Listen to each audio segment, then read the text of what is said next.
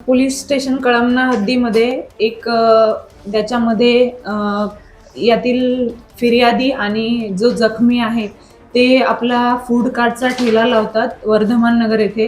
ते संध्याकाळी 11 ते 12 वाजताच्या सुमारास आपला ठेला पॅक करून आपल्या घराकडे जात असताना घटनास्थळाच्या जवळ आल्यानंतर त्यांना समोर जाण्यासाठी जागा नव्हती.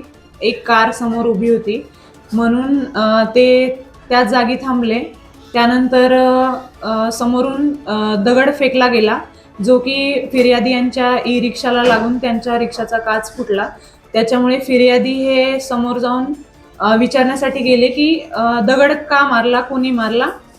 त्यानंतर समोर असलेले सर्व आरोपी हे त्यांच्यावर धावून आले.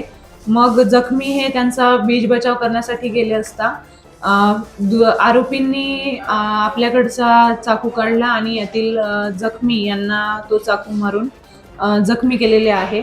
सध्या जखमी हे हॉस्पिटलमध्ये उपचार घेत असून कळमना पोलीस ठाणे येथे गुन्हा दाखल झालेला आहे. गुन्ह्याचा तपास सुरू असून यामध्ये आरोपी अटक करण्यात आलेले आहेत. नमूद आरोपींकडून गुन्ह्याची सखोल चौकशी चालू आहे. आरोपी हे आता पोलीस कस्टडीत आहेत. काही पाहिजे आरोपी हे पोलीस शोध घेत आहेत. या गुन्ह्यामध्ये एकूण 10 आरोपी आमच्या समोर आतापर्यंत नावे आलेली आहे. त्याच्यामध्ये एक विधी संघर्षग्रस्त बालक आहे आणि 4 आरोपी सध्या पोलिसांच्या ताब्यात आहेत.